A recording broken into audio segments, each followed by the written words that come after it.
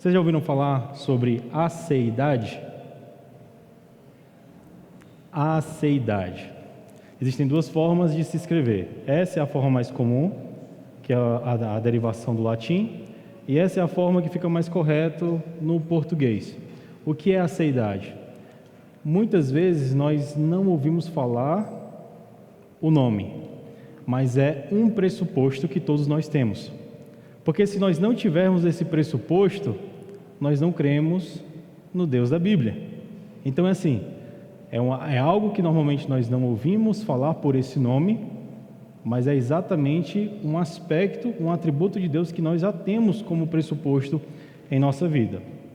E para falar sobre essa idade, eu decidi dividir dessa forma. Eu mudei tudo, meus irmãos. Eu mudei tudo essa semana. A forma que eu tinha preparado no começo era uma forma que estava bem filosófica, assim, sabe? E, tipo, eu estava vendo que o Senhor não estava se agradando disso. O Senhor colocou meu coração num lugar onde, no estudo disso mesmo, Ele mostrou a grandiosidade dEle e a minha pequenez, a nossa pequenez.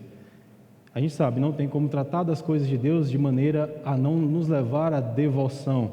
Então foi isso que o Senhor fez, e é justamente por isso que a gente vai dar primeiro uma definição simples sobre o que é, para nós já termos o começo. Uma pergunta que é a pergunta que vai definir e que define o tom dessa aula. Aí nós vamos falar de forma mais abrangente sobre o que é a aceidade. Vamos fazer um contraste entre criatura e criador, justamente para verificarmos no que o homem é, o que Deus não é, e no que Deus é, o que o homem não é. No fim, falar do filho. Aqui eu não vou tentar fazer uma defesa da aceidade do filho.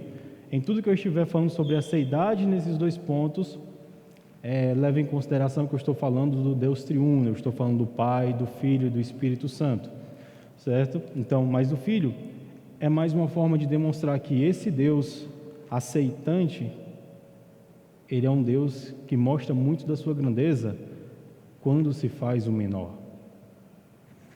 E, por final, a resposta, algumas aplicações que nós podemos tirar, né, desse estudo. Uma definição simples: o que é a aceidade? A aceidade é a autoexistência e a autossuficiência de Deus, ou seja, Ele existe por si mesmo e não depende de nada externo.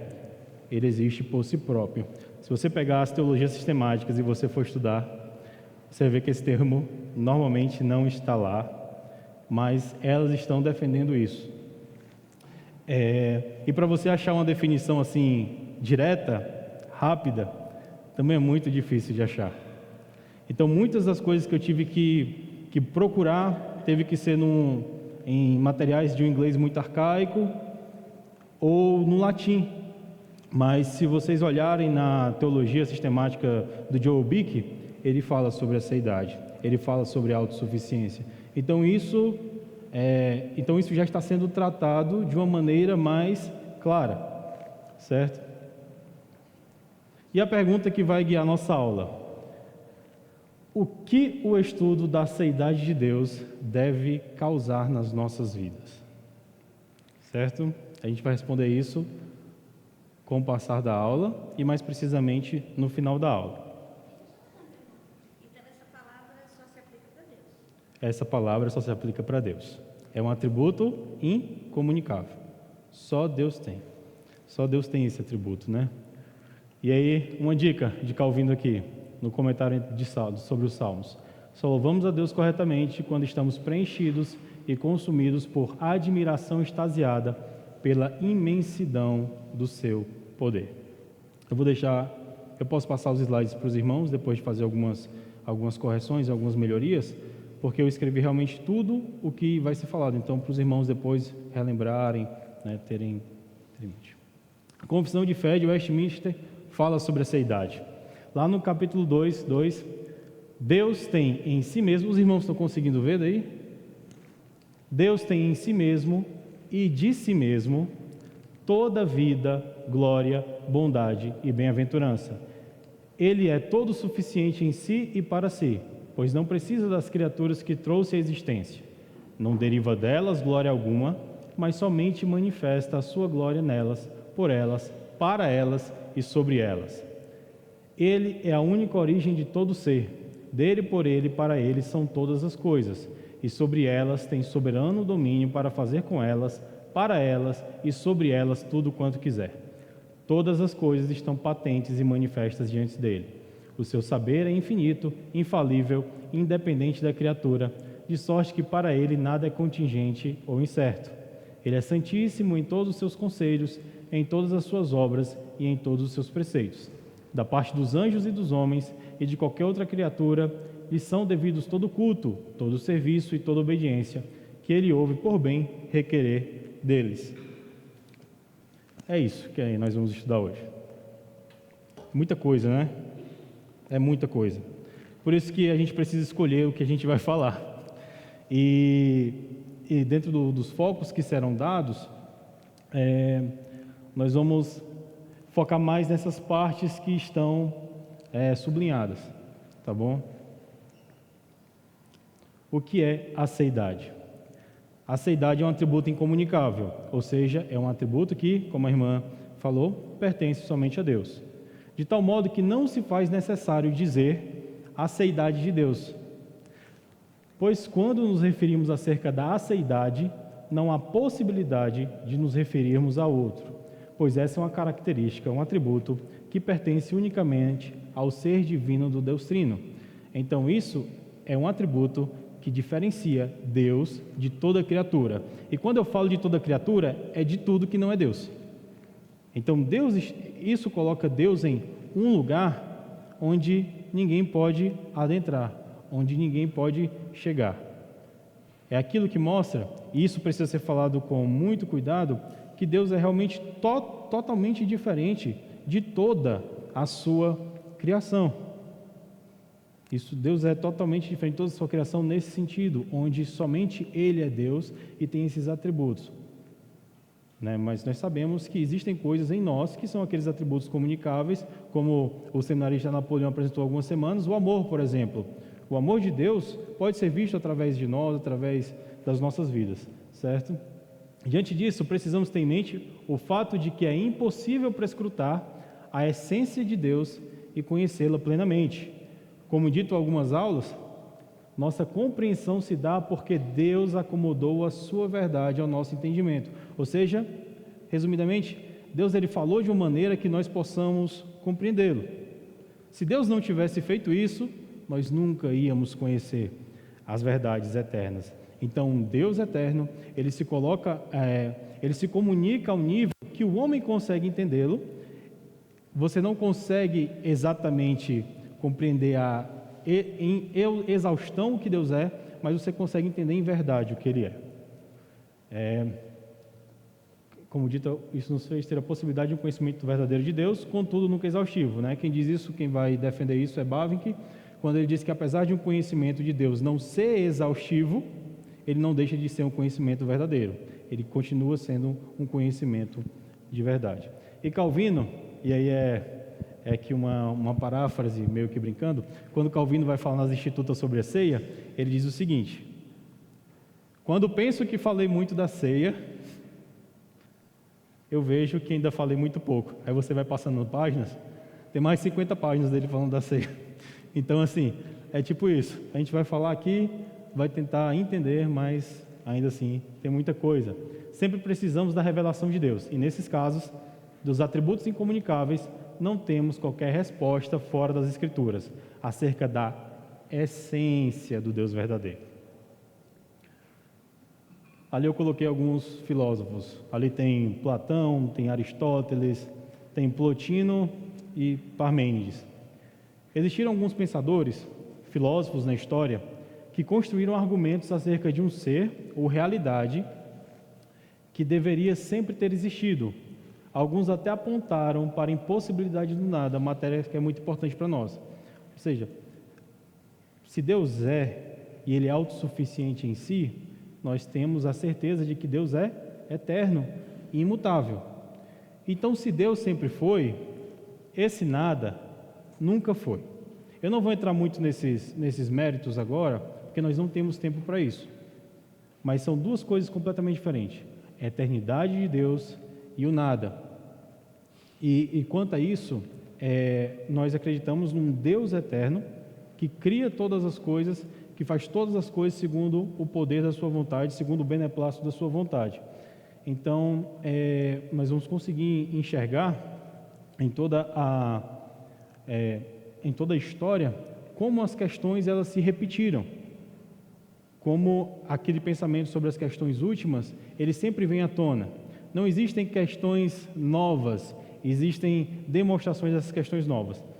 Como nós não podemos nos deter muito a isso, eu vou pedir para passar no grupo um vídeo do Sproul falando sobre esses aspectos, onde como na materialidade, como no materialismo, eles tentam desaprovar uma verdade de Deus, mas no final da conta os argumentos deles se contrariam e na verdade apontam para que de fato seja necessário o ser de Deus existir para que todas as coisas possam ser. O Sproul ele vai defender que sem Deus nem a ciência é possível. Eu vou passar esse vídeo para vocês para que vocês possam também ver.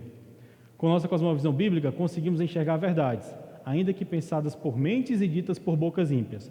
Mas também sabemos que qualquer coisa, ainda que tenha na aparência aspectos do ser de Deus, não sendo o verdadeiro Deus que se revelou na história, é idolatria, ainda que somente na mente. O que é isso aqui? Você pode me comparar com um cachorro. Você vai fazer o quê? O cachorro tem 2 olhos, o cachorro tem um focinho, eu tenho um nariz, o cachorro tem 4 membros. Então, existem aparências. Então, por mais que seja diferente e categoria diferente, a minha pessoa, um ser humano, de um animal, naquelas questões aparentes, ainda assim existem coisas que são parecidas. Mas quando se trata do ser de Deus, qualquer coisa menor não é simplesmente menor, é infinitamente menor. Então, por exemplo, quando Aristóteles chega numa ideia de um primeiro motor imóvel, ou seja, um primeiro motor, a primeira coisa da existência, o primeiro ser da existência, que move todas as coisas e não é movido, nós olhamos com a nossa cosmovisão e dizemos, ele está falando de um ser eterno, de um ser inteligente, de um ser todo-poderoso. Com a nossa cosmovisão bíblica, nós olhamos e falamos, isso se encaixa em quem Deus é. Mas para aqueles que não têm a revelação de Deus, eles não conseguem saber que esse Deus é triuno, eles não conseguem saber que esse Deus é pessoal, eles não conseguem saber que esse ser é exatamente como Deus é e principalmente como Deus demonstra quem Ele é, fazendo, agindo e se revelando. Então, diante disso, comparar-me com um animal ou com qualquer outra coisa do mundo, por mais diferente que seja, de fato existe um consenso de aparência. Mas quando você compara qualquer coisa com Deus, que não é exatamente quem Deus é, isso é infinitamente menor do que Deus. E pensar sobre isso de maneira a viver por essa filosofia ou por essa visão de mundo, no final das contas é uma idolatria. Vamos passando.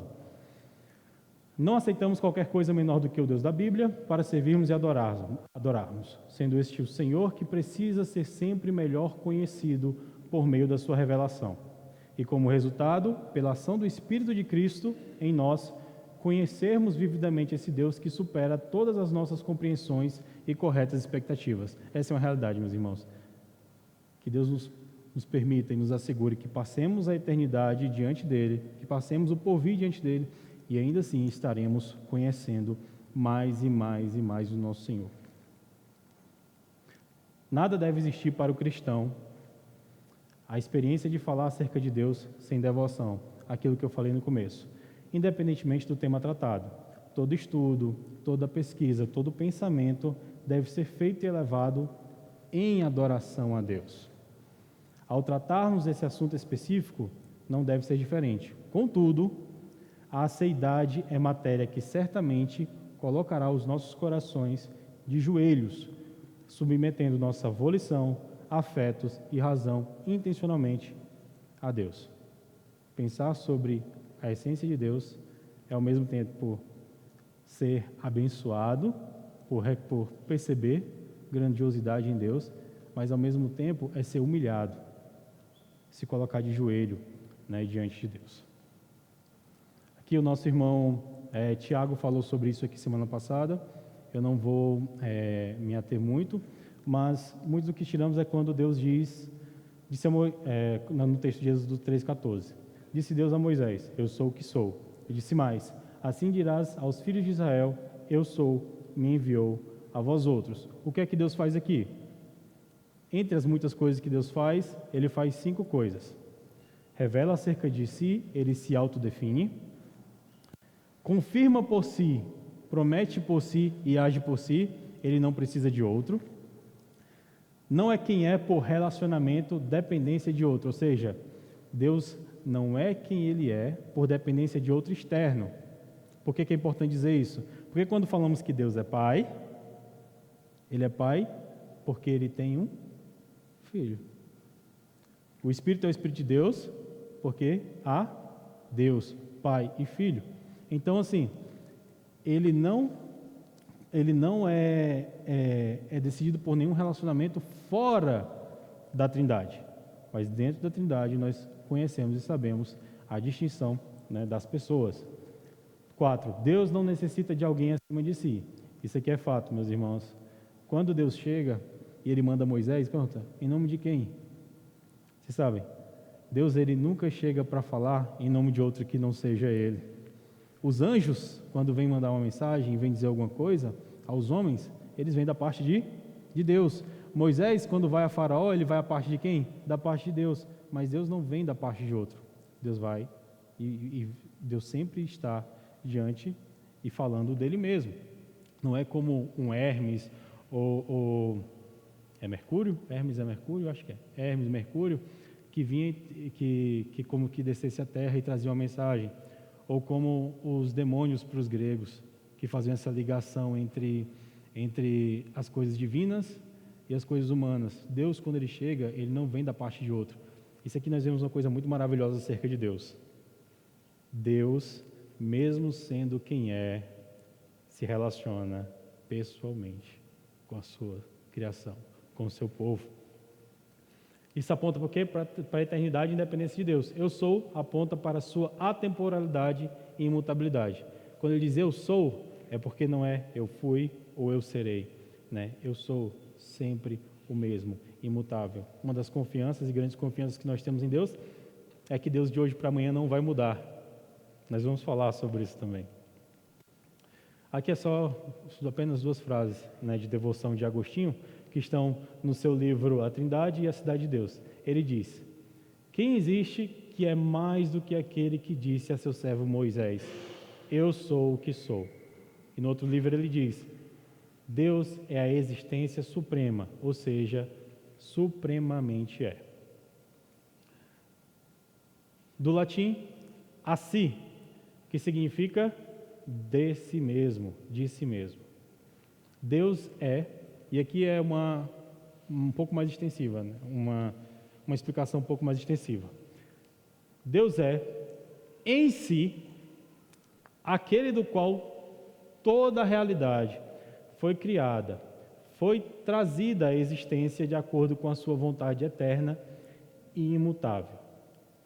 Deus não necessita de absolutamente nada, mas é o ser necessário de todas as coisas. Gravem isso. Deus não necessita de absolutamente nada, mas é o ser necessário de todas as coisas, que nós vamos explorar isso nos contrastes. Ele é o único e sempre o mesmo, contudo, livremente, isso é importante, livremente, cria, mantém-se próximo da criação, conduz todas as coisas providencialmente e se relaciona pactualmente com o seu povo chamado e considerado santo. Eu tinha que colocar essa parte aqui final, meus irmãos. O irmão, quando foi orar, ele falou do pacto. É, maravilhoso, né? A gente sempre tem que estar lembrando dessa questão pactual, porque em todas as coisas é sobre, de fato, o Deus que não precisava de nós, que nos cria por livre vontade e que se relaciona conosco.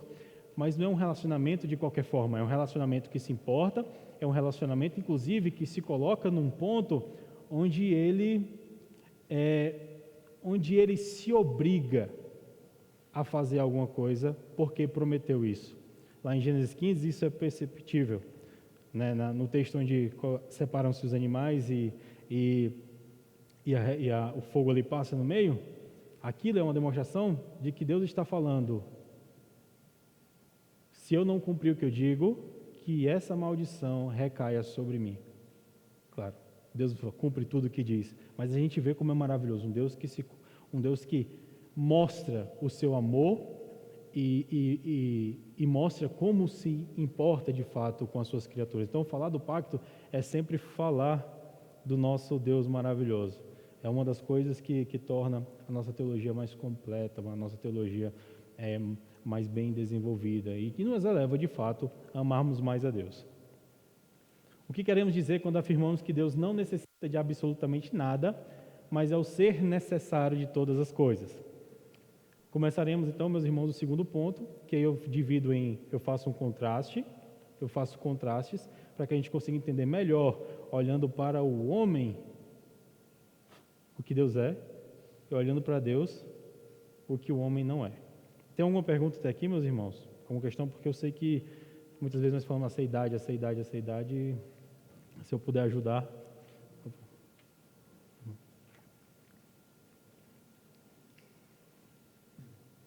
Eu tenho uma pergunta, ela pode soar um tanto ariana, mas eu acho que você vai entender aonde eu quero chegar aqui. No capítulo 2 da Confissão de Westminster, nós temos no artigo 3º a seguinte descrição a respeito da Santíssima Trindade. Eu vou ler. Na unidade da divindade, há 3 pessoas de uma mesma substância, poder e eternidade: Deus, o Pai, Deus, o Filho e Deus, o Espírito Santo. O Pai não é de ninguém, não é gerado, nem procedente. O Filho é eternamente gerado do Pai. O Espírito Santo é eternamente procedente do Pai e do Filho. Aqui vem a minha pergunta. A aceidade, ela se refere a uma qualidade específica de Deus, o Pai, ou ela é uma qualidade também comunicada ao Filho e ao Espírito Santo? E por que a pergunta? Porque no artigo da confissão você tem o detalhamento de que o Pai de ninguém é gerado e nem procedente, mas o Filho é eternamente gerado. O que pode abrir um pressuposto de interpretação. Então, o Filho é dependente. Como que a gente resolve esse problema?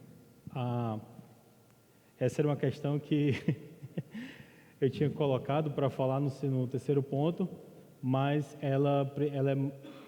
o estabelecimento dela, ele é um estabelecimento bíblico histórico que durou alguns séculos. Então, assim, você precisa adentrar muito para conseguir entender. Mas a confissão, ela já está usando uma linguagem ortodoxa. Ela já está usando uma linguagem histórica. Porque qual é a questão? Respondendo a primeira. O Filho e o Espírito Santo, assim como o Pai, eles têm todos esses atributos incomunicáveis. Então, o Filho é eterno, completo de si mesmo.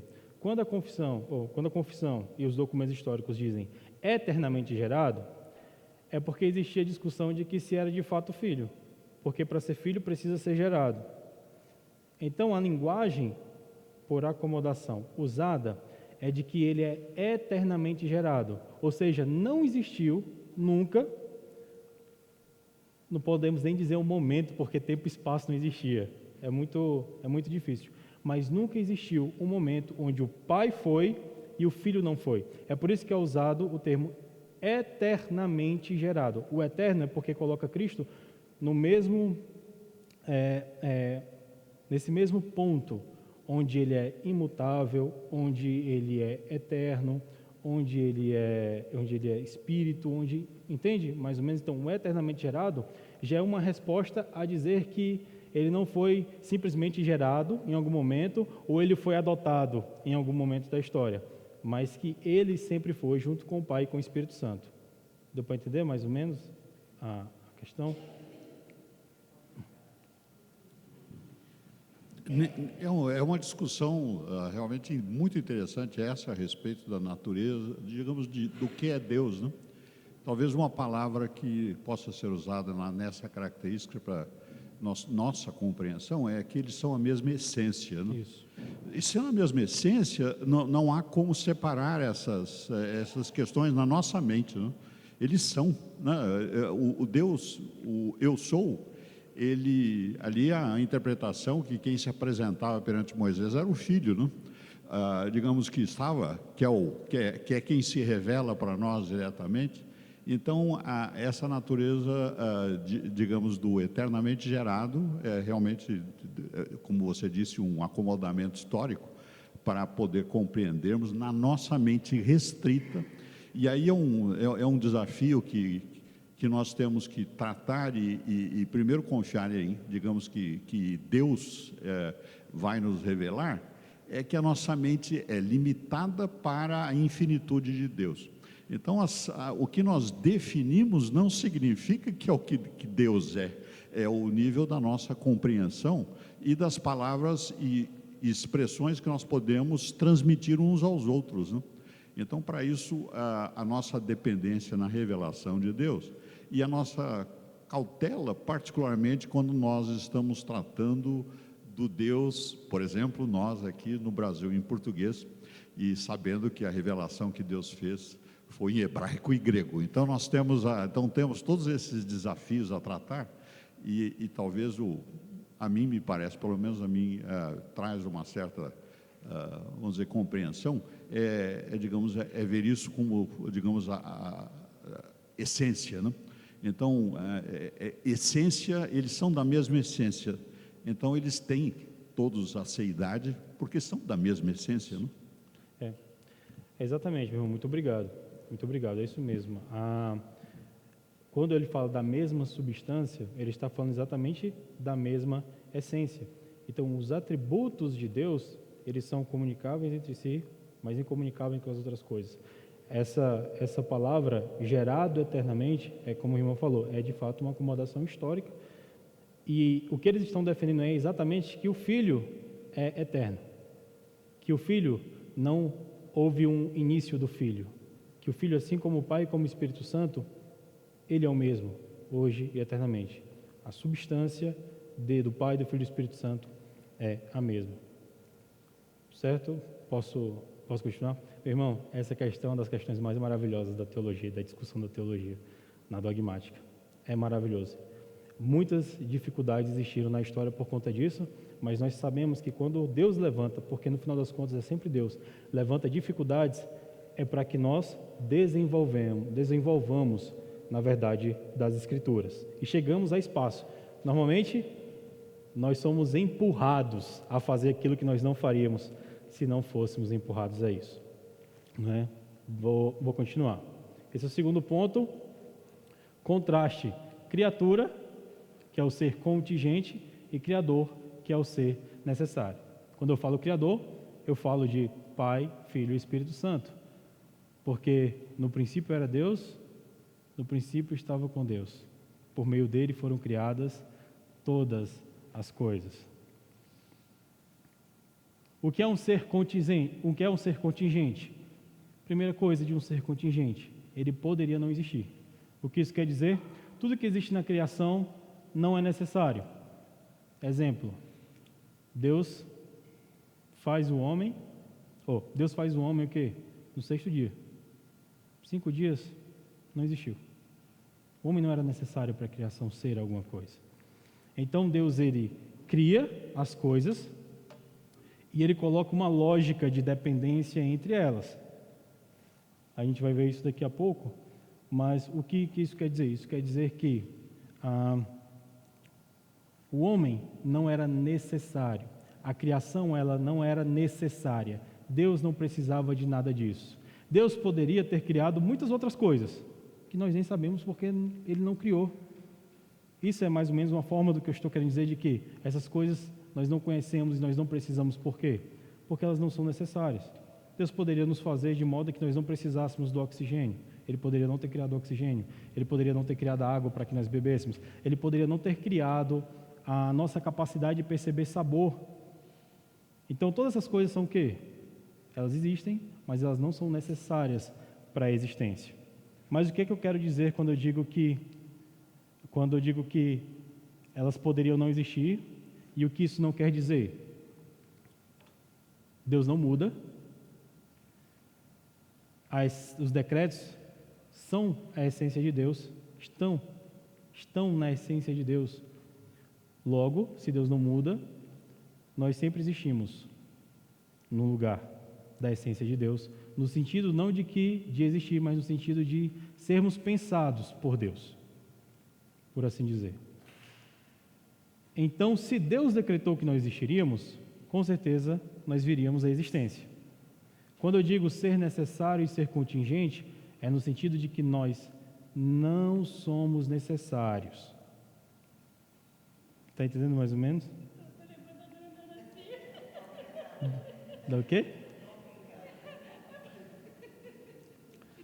Deus é nesse sentido de que nós temos coisas, nós vivemos coisas, mas nós somos seres que Deus criou simplesmente porque quis. Não há uma necessidade da nossa existência para que as coisas sejam como são ou para que Deus seja quem Ele é. É nesse sentido. Um ser contingente também, ele sofre mudança. Todas as coisas criadas sofrem mudança. Deus traz a existência e isso já é uma mudança do ser para o não ser. Então, o Pai, o Filho e o Espírito Santo, eles não mudam, eles são imutáveis, mas nós sofremos mudanças a vida toda. Glória a Deus por isso. Me permitam dizer isso. Glória a Deus por isso. Porque já pensou se a gente não mudasse? Né? É bom, e louvado seja o Senhor, que Ele não muda. Porque assim, esse é um dos atributos em que nós confiamos nas suas promessas, confiamos no seu poder, confiamos nas coisas que Ele diz. Mas ainda bem que nós mudamos, porque já pensou se nós fôssemos sempre os mesmos? Nós mudamos, crescemos também. Não é só uma questão de moral, não é só uma questão ética, mas é uma questão de crescimento. Né? Então, por exemplo, Deus cria, usando os meios secundários, homem e mulher para gerar uma criança. O bebê se desenvolve no ventre, nasce, cresce, aprende, muda diariamente. Não somente fisicamente, mas efetivamente, em perspectivas, vontade, informações novas adquiridas. Então, toda a criação ela está mudando o tempo todo, nós estamos mudando o tempo todo. É aquilo que a Bíblia ela já fala sobre isso, então não é uma coisa dos filósofos. Mas vocês já ouviram aquela frase de que quando você entra no rio, o rio é um, e quando você sai do rio, o rio já é outro e você é outro completamente diferente, porque nós estamos em mudança. E quando se fala de sermos um ser contingente, as nossas células morrem, novas células são produzidas, os nossos pensamentos, nós não somos as mesmas pessoas que nós éramos há um ano atrás. Eu não sei se todo mundo nasceu na igreja aqui, mas você não é a mesma pessoa de quando você era um ímpio. Então, graças a Deus, existe essa mudança, nós somos seres mutáveis. Quando isso é conduzido por Deus, é muito bom. Quando isso não é conduzido por Deus, que é o caso do ímpio, e isso o afunda ainda mais em perdição, ele vai mudando cada vez para pior, né? Ele vai evoluindo nesse mal. Outra questão do ser contingente que somos nós, a criação ela é dependente. Exemplos, nós somos dependentes da água, da alimentação. A criação depende de fotossíntese, da relação entre os animais, polinização, translação, rotação do sol, né? Oxigênio. Então, Deus ele criou as coisas dependentes entre si. Um dos maiores ímpetos maus do homem é querer ser independente. Isso não começa em outro canto, isso já começa lá no Éden, com a mentira do diabo e do homem olhando e ouvindo o que o diabo fala, a serpente fala, e fazendo exatamente aquilo que Deus tinha dito para não fazer. Né? Então, por quê? O que ele estava querendo, o que estava acontecendo ali? Era uma vontade por ser independente, era uma vontade por ter autonomia. Todo pecado, meus irmãos, não é outra coisa. Todo pecado é uma busca por autonomia de Deus, uma rebelião contra Deus. E aí Deus, na nossa própria natureza, naquilo que é visível, nos faz completamente dependentes das coisas. É tipo Deus mostrando para nós que vocês precisam de mim. Vocês necessitam de Deus. aquela coisa que a Bíblia fala em Romanos 1, a criação está mostrando que Deus é. A sua própria existência, o seu coração está dizendo que Deus é o Criador de todas as coisas. Mas você quer ser autônomo. Não dá. Não dá. Quando dizemos que a criação é completamente interdependente, é que tudo que foi criado necessita de outras coisas para permanecer existindo. Se você parar de beber água, você morre. Se você não comer durante um tempo, inanição que chama, não é? Se você parar de respirar, não demora nem tanto tempo. Então, assim, Deus ele nos faz muito limitados nesse sentido, para colocar o nosso pezinho no chão e dizer: eu fiz vocês à minha imagem, mas vocês não são eu. A criação também é dependente, totalmente dependente de Deus, supradependente de Deus. A criação depende do Deus triuno, porque não existiria se não fizesse parte dos seus decretos, que são eternos. Não existiria se Deus não tivesse criado. Não existiria se Deus providencialmente não sustentasse cada aspecto da existência humana, da existência ininterruptamente. Tudo que só existiu, existe e existirá, porque Deus é a fonte e mantenedor e sustentador de todas as coisas.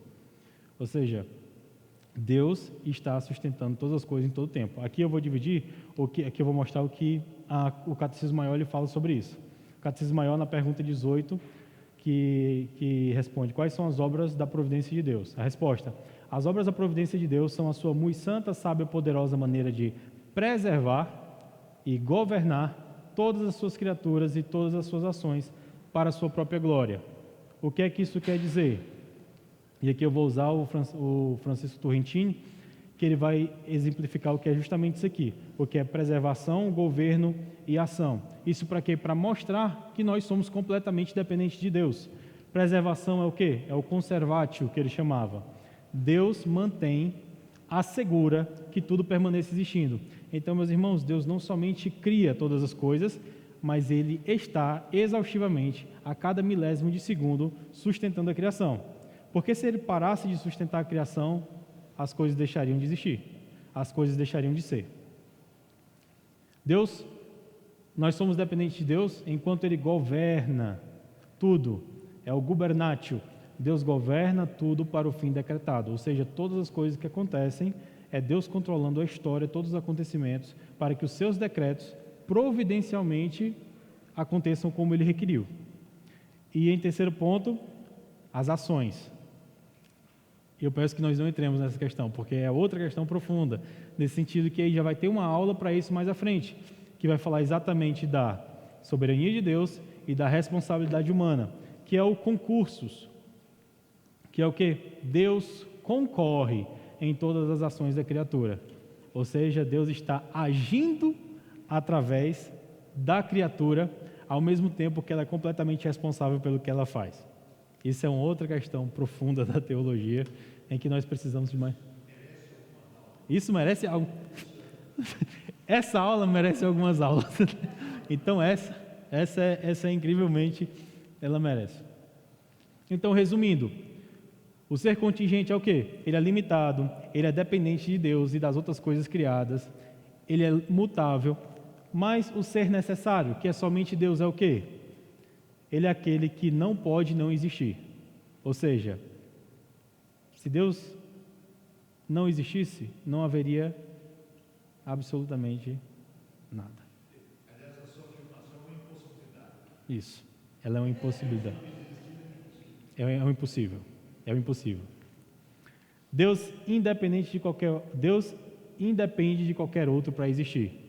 Deus não precisa de nada, nem de ninguém para ser. Nós precisamos de Deus e nós precisamos das outras coisas criadas por Deus. Deus não depende de absolutamente nada para ser quem Ele é.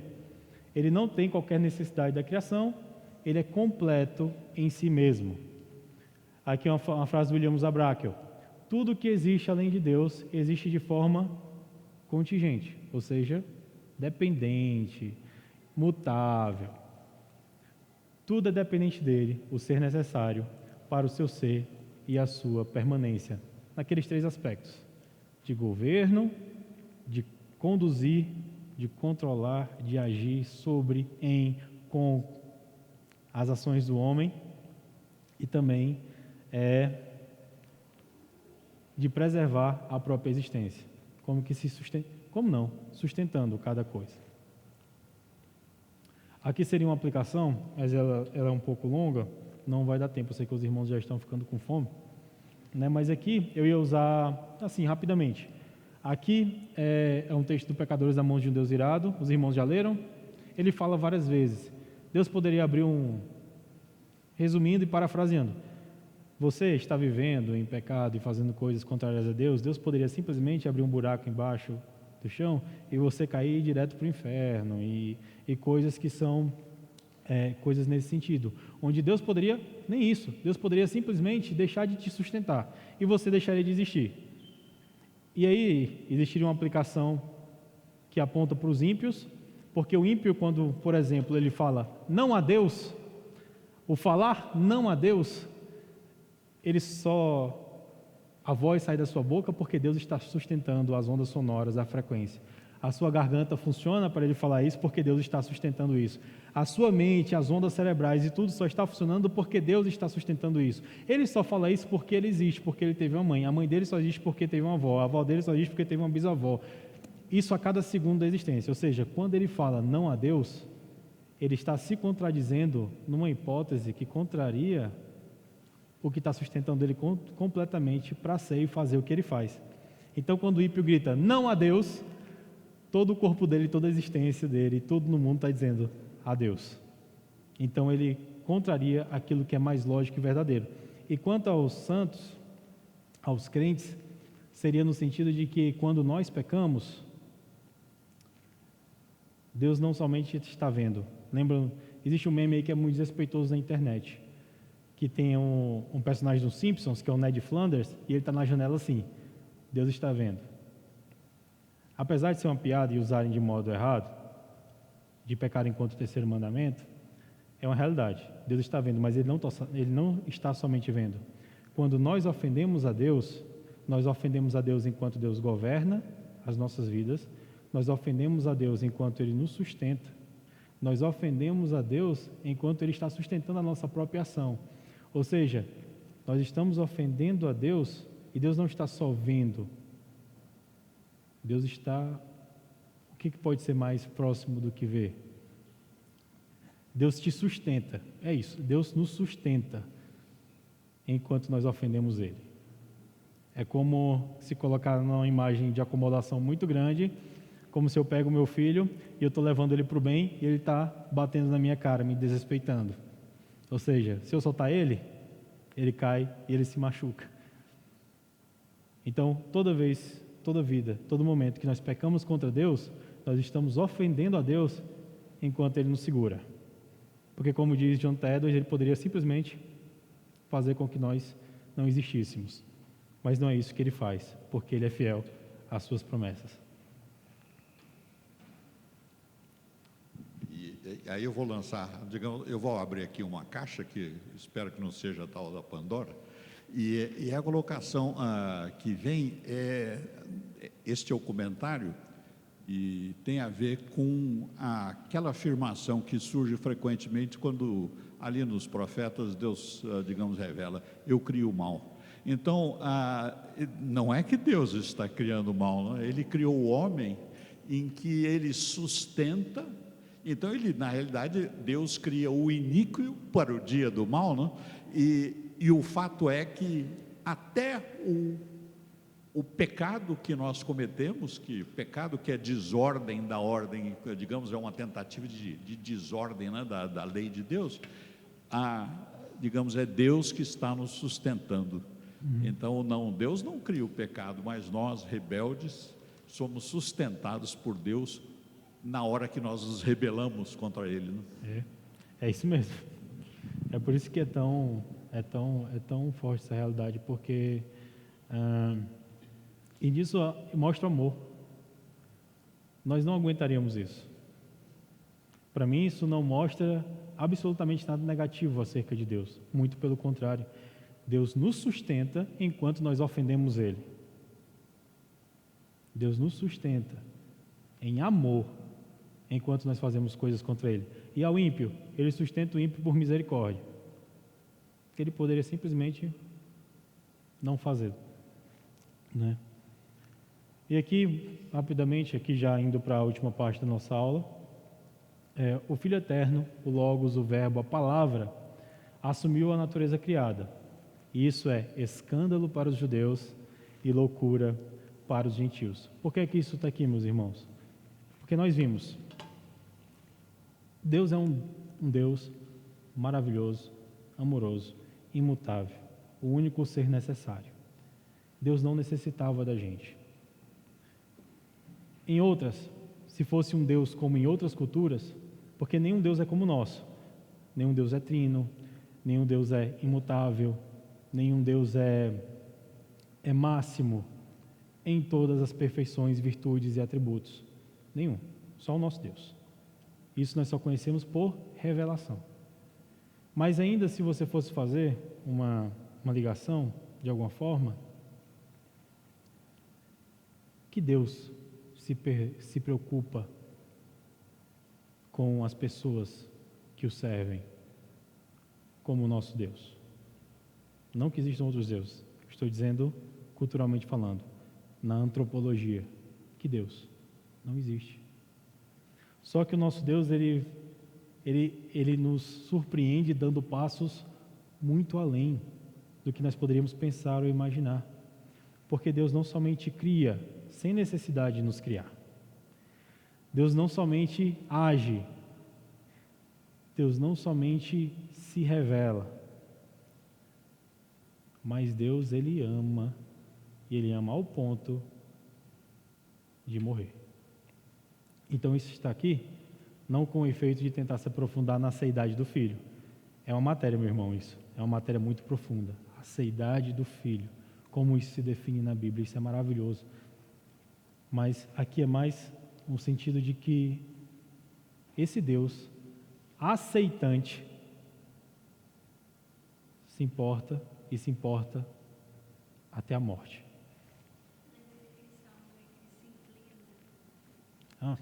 Muita coisa maravilhosa. Deus se inclina, né? É isso aí, é verdade. A Confissão de Westminster, no capítulo 8, 2 diz: o Filho de Deus, a segunda pessoa da Trindade, sendo verdadeiro e eterno Deus, da mesma substância do Pai, e igual a Ele, quando chegou o cumprimento do tempo, tomou sobre si a natureza humana, com todas as suas propriedades essenciais e enfermidades comuns, contudo sem pecado. Aí ele continua. Meu comentário: o Filho, por livre vontade de Deus, assume por adição a natureza da criatura. Deus não precisava ter criado nada, mas não somente cria, como redime, segundo o beneplácito da sua vontade, sua criação. Mas do que isso implica quanto à seidade de Deus Filho? Cristo, e aqui é um texto maravilhoso, né, meus irmãos? João 1,3. Todas as coisas foram feitas por intermédio dele, e sem ele nada do que foi feito se fez. Cristo, o Filho Eterno, assumiu uma natureza humana verdadeira, finita e limitada, sem qualquer diminuição de sua essência divina e infinita. Aqui é uma explicação para chegar onde eu estou querendo chegar. Ele foi concebido no ventre de Maria, nasceu, foi cuidado como criança, desenvolveu-se em estatura e sabedoria, aprendeu a falar e a se alimentar conforme a sua humanidade. O que é que eu estou dizendo aqui? Deus, que não precisava de nada nem de ninguém, se coloca no lugar de criatura.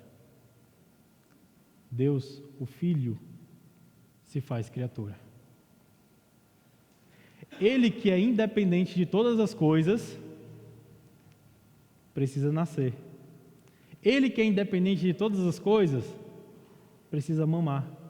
Ele, que é independente de todas as coisas, precisa comer, precisa aprender, precisa crescer. Meus irmãos, isso não é simples, isso não é pequeno. Nós não queremos nos diminuir muitas vezes. Nós somos orgulhosos tantas vezes. Nós muitas vezes queremos provar ser mais do que nós somos. Olha a vontade do homem por autonomia. Quando tudo grita, você não é autônomo, você precisa de Deus. Mas o próprio Deus, que é autônomo, se coloca num lugar de dependência.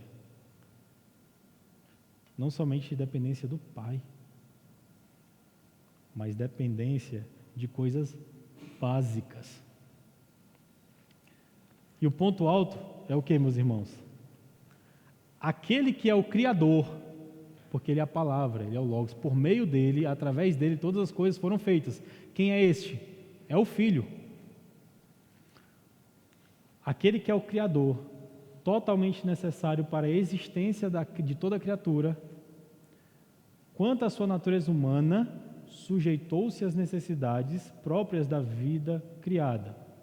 E aqui está, o autor da vida, a própria vida, foi pendurado no madeiro e sofreu morte de cruz. Meus irmãos, esse é o mistério. Presbítero, tudo que a gente falou aqui tem muito mistério. Mas esse aqui, a gente não consegue prescrutar. Como o Criador da vida morre. E morre por amor. Então, é tudo mistério mesmo. Agora, para mim, ficou claríssimo como é que a gente pode entender esse amor. E esse amor tem a ver com como o Marcos falou, o presbítero, eu acredito, com a essência. E que é um mistério. Que é um mistério. É um mistério, minha irmã. Tudo que nós estamos falando aqui. Para nós é um mistério, é que o momento não é revelado, mas nós vamos conhecer. Sim, glória a Deus, Teremos louvado seja. o porvir inteiro. Teremos o porvir inteiro, não é? Conhecendo o Deus eterno, conhecendo o Filho. Mas essa é a questão. É um mistério, minha irmã. Deus revela a sua verdade. Mas Ele revela de um modo onde a gente consegue chegar até um certo ponto. Daí para cima é só especulação. E eu não creio que Deus se agrade disso.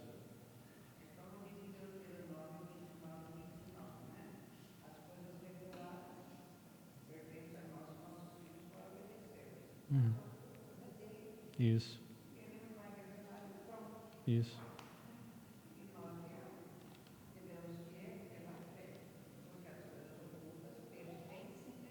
Isso. Isso. É isso.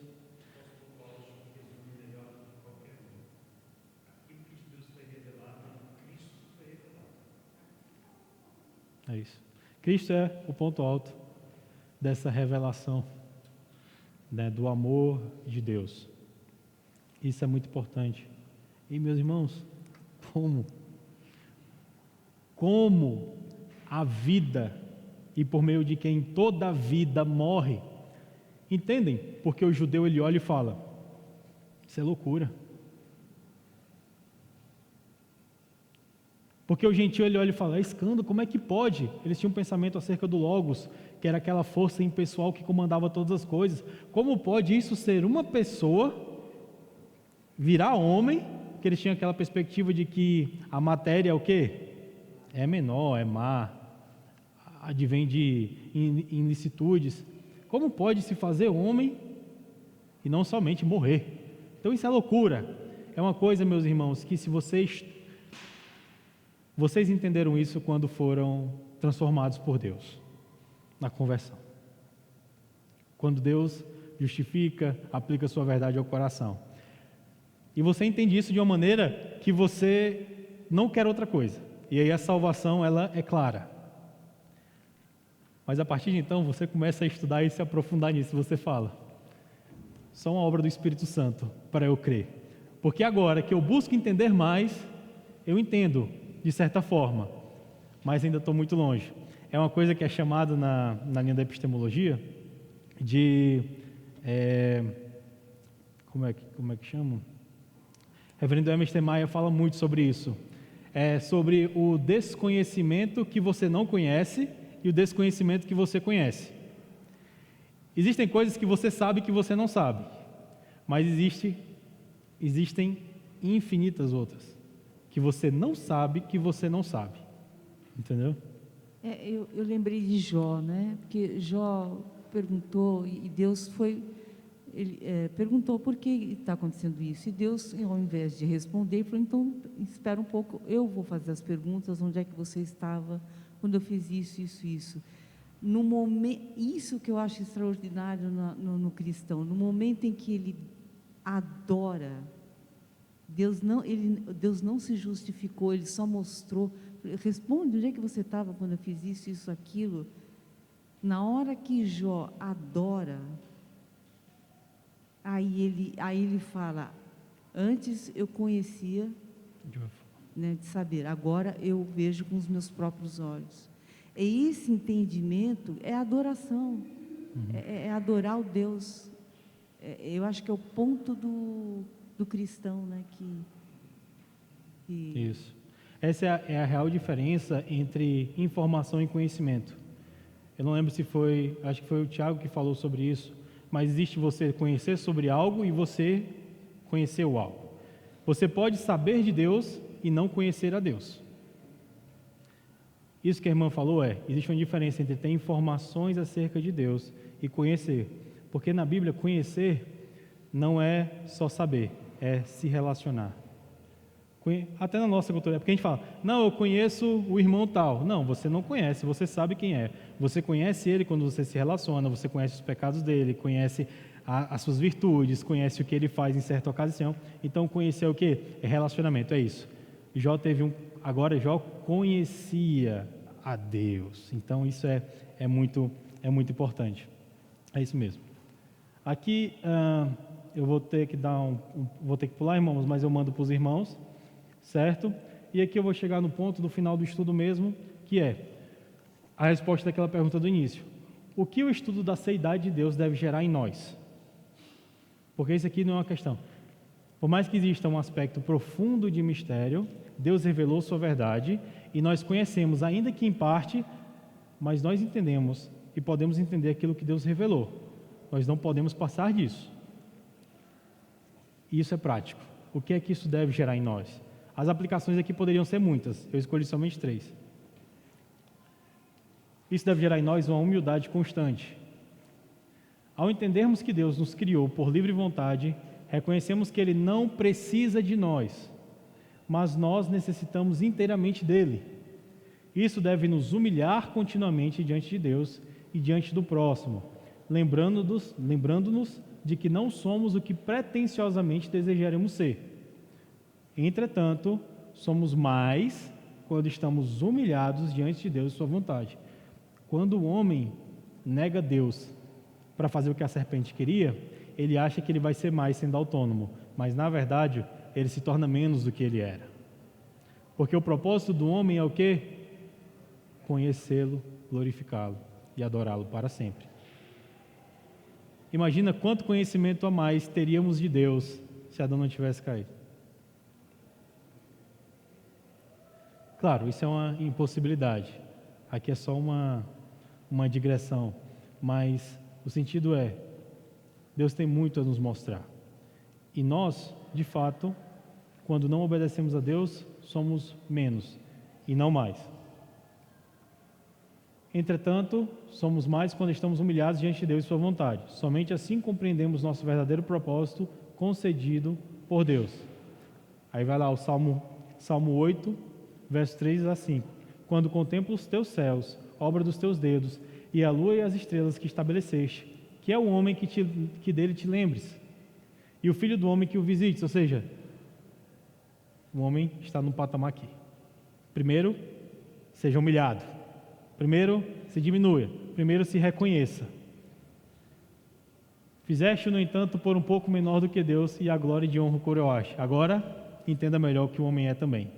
Então, nós sempre precisamos estar indo e voltando nessas duas coisas, na humilhação e no que Deus nos fez.